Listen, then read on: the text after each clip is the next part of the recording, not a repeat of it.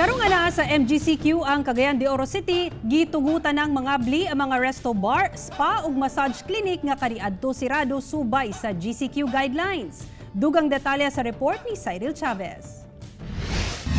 Subay sa gipagawas nga guidelines sa Cagayan de Oro LGU, gitugutan ng magbalik operasyon ang pipila ka mga establishmento sama sa resto bars, spa and massage clinics, pisonets and internet cafes ug uban pang mga susamang patigayon nga nalakip sa Category 4 sa IATF guidelines. Sumala pa sa LGU nga pwede na mag-operate ang maong mga establishmento basta sundon nila ang general guidelines sama sa pagsulob og face mask, social distancing, pag-disinfect sa establishmento ug pagbutang og foot bath ug logbooks alang sa contact tracing. As long as naka-comply na sila ni adto, automatic sila maka-resume na silang operations.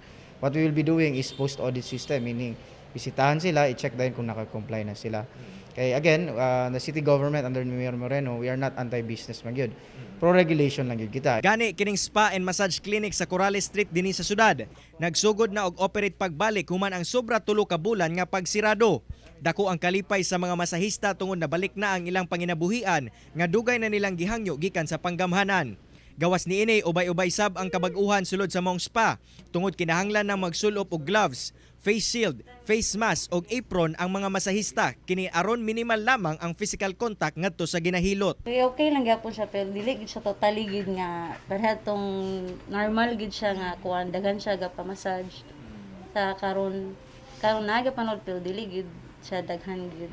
Karon ang hangyo lamang sa LGU ang dugang kooperasyon ingon man pagsabot gikan sa publiko tungod kinahanglan himuon ang mga regulasyon aron dili mudaghan ang kaso sa COVID-19 sa syudad. Kauban si James Yap sa kamera. Ako si Cyril Chavez para sa One Mindanao.